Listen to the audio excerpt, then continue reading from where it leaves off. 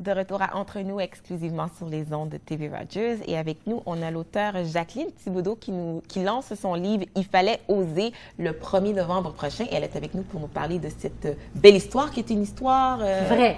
C'est une vraie histoire. Oui, c'est une vraie histoire. On va commencer par vous demander pourquoi ce titre-là? Il fallait oser. Il fallait oser parce que pour moi, il fallait oser, c'est dans le sens de prendre action. Parce que si on ne prend pas action, il n'y a rien qui bouge, on ne fait pas d'erreur, mais il faut oser aller fouiller. Moi, j'aime beaucoup les recherches généalogiques et pour répondre à plusieurs questions de ma mère aussi en même temps. Oui. Le couvert de mon livre, c'est un oiseau qui s'envole. Il y a plusieurs départs et des envolées dans mon livre. Et c'est une de mes toiles parce que je suis plus connue comme artiste. Ouais, je suis plus connue comme artiste peintre, comme écrivain, parce que c'est mon premier livre. C'est ça, il fallait oser. Ce qui se passe vraiment, c'est un récit. Et ma mère, quand elle a 5 ans, elle arrive chez elle avec sa sœur qui en a 8. Et le père leur annonce que leur mère est décédée.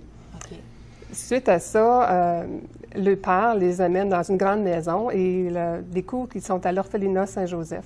On parle de 1938, alors dans ces années-là, c'était pas évident pour un homme seul non plus d'aller travailler le lendemain avec les enfants. Alors, les 2 petites sont placées à l'orphelinat. Et par après, 2 ans après, le père, il va les visiter, mais à peu près 2 ans après, il disparaît. Et il laissait sous-entendre qu'il n'était pas prêt à revenir, mais il n'est jamais revenu. Le père disparu complètement. Le père. Alors, leur fil d'appartenance, eux, s'est vraiment brisé au niveau de la famille. Et puis, en 1943, les 2 ont été déplacés pour aller vivre au couvent du Mont-Pasteur à Ottawa. Et toute leur vie, ils ont resté là. Ils ont eu quelques visites, mais c'est pas évident. Après ça, ils ne savaient pas exactement qui c'était. Puis après ça, les visites s'estompaient. Et il n'y en avait plus non plus. Alors, ça n'a pas été évident pour eux. Ils ont fait le chemin de vie, comme tout le monde. Puis, je voyais avec les années que ma mère avait une soif d'apprendre. Qui est mon père? Qui est ma mère? Elle avait une photo de son père, Philippe Brunet, qui suivait les années. Donc, il est né en 1900. Et sa mère, elle n'avait pas de photo, ne connaissait pas l'origine, ne savait pas du tout de quoi elle était décédée, ni où est-ce qu'elle est enterrée.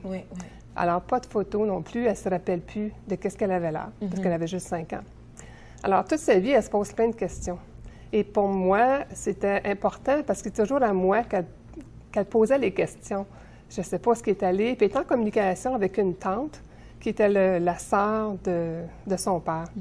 Mais cette tante-là, qui restait sur la rue Lorne à Ottawa, n'a jamais voulu rien révéler.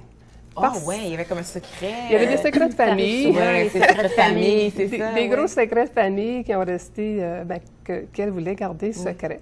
Avec l'âge aussi, elle n'a jamais voulu en parler, la grand-tante.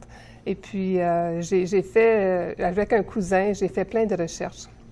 Vous avez trouvé les réponses aux questions de votre mère. Plusieurs réponses à ces questions. Et puis, avant qu'elle décède, qui était en 2011, en mars 2011, et puis, je pense que, d'après moi, la vérité, qu'importe, c'est moins lourd à porter que l'inconnu. Ou est-ce que tu traînes l'inconnu toute ta vie? Et elle se questionne. Alors, pour moi, c'était mission accomplie avant son décès. T'as trouvé le... Est-ce que tu as vraiment tout... J'ai trouvé beaucoup. Il faut vraiment lire le livre parce qu'il y a beaucoup d'intrigues. Et puis, il y a plusieurs facteurs là, que je ne vais pas rentrer dans les détails. Mais je sais que la raison pourquoi je l'ai publié, c'est parce qu'il y a vraiment une demande pour les gens qui cherchent. Je pense juste qui cherche quelqu'un, mais qui cherche quelqu'un. Si je pense juste à l'émission Claire Lamarche dans le passé, les gens cherchaient. Mais suite à cette émission-là, il y a une dame, Christiane Lompré, qui appartient à un site Facebook pour aider les gens. Il y a des Colombos qui cherchent aussi dans ce site-là. Et je dois vous dire qu'aujourd'hui, on a au-dessus de 18 000 membres. Wow! Alors, il y a des gens qui cherchent, d'autres qui veulent aider. Mais c'est important de connaître nos racines. À un moment donné, on a une soif de savoir d'où on vient. D'où on vient. Et puis, au côté médical aussi, quand on va chez notre médecin ou un spécialiste, la première chose qu'on remplit, c'est un questionnaire. C'est vrai. Et les maladies héréditaires. Alors, si on n'a pas ça, c'est difficile. Et puis, il ne faut pas attendre non plus d'être malade et d'avoir un besoin pour commencer à chercher, parce que ça peut prendre des années. Il faut être très patient. Tous les détails, pour moi... il y avait des portes qui se fermaient, il y en a d'autres qui s'ouvraient. Donc, combien de temps ça a pris pour... J'ai 10 ans de recherche. 10 ans Quand de même. recherche. En arrière de Pensiez-vous tout ça. en faire un livre au début ou si vous pensiez seulement rédiger l'arbre généalogique? C'est ça. Au début, moi, je me suis dit, bon, je vais laisser à ma soeur, à mon frère, à la famille immédiate. Mais quand j'ai réalisé qu'il y avait un besoin et que j'ai trouvé des façons autres que de juste aller aux archives, qui pourraient aider d'autres personnes à trouver, bien, je me suis dit, il faut absolument que je publie mon livre pour aider d'autres gens. Donc, on apprend un peu des astuces ou peut-être des idées de pistes de recherche. Oui, pour ça les peut gens. aider plusieurs personnes, effectivement. Tu peux aider plusieurs personnes. Oui. Le livre, vous le lancez le 1er novembre, mais une partie des profits, vous dites que vous allez remettre au Centre d'aide de Clarence Rocklin. Oui, le Centre d'aide de Clarence Rocklin, je vais remettre une partie de mes profits parce que pour moi, bon, ça fait déjà une quarantaine d'années que je demeure dans la belle cité de Clarence Rocklin, mais je viens de Notre-Dame-des-Champs, Navan. Et puis, pour moi, il y a une demande là, pour le centre d'aide qui comprend la banque alimentaire et la friperie. Et j'ai déjà eu un appel une journée d'une personne qui avait vraiment besoin. Et puis, je me suis dit, bon, il faut que je donne absolument. Il faut que je redonne à la communauté. Oui, donc Ouais. c'est un moyen que vous avez trouvé pour pouvoir redonner. Oui, un moyen pour moi de faire fructifier mes talents à d'autres D'autres niveaux. à d'autres niveaux. Ben oui. Oui. Donc, on rappelle... Tu avais une autre question? Non, moi, c'est bon? je voulais juste dire, on va souhaiter que vos livres s'envolent, comme le bel oiseau qu'on voit ici, Merci. pour aider les gens à retrouver leurs racines et puis pour la communauté. Oui, oui. Merci. Et Alors, le lancement, c'est le 1er 1er novembre. 1er novembre. Au MIFO. Au MIFO, de 13h30 à 14h30.